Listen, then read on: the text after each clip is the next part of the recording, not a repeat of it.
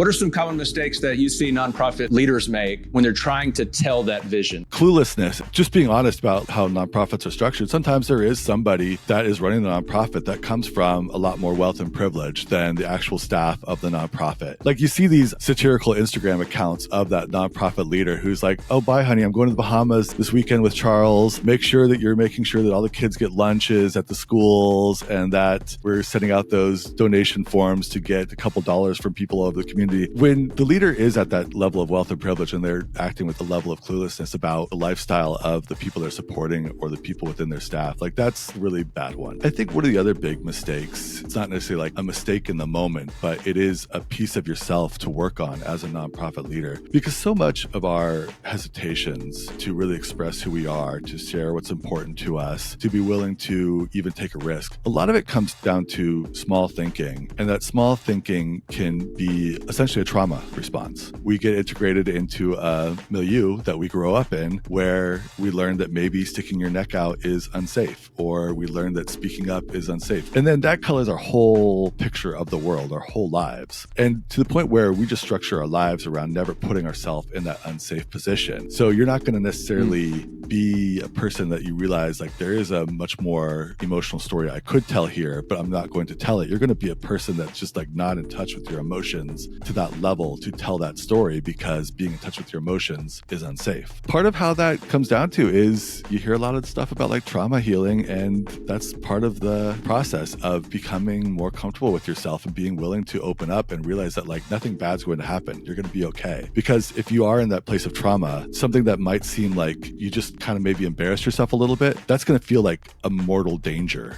to you emotionally, but it's not.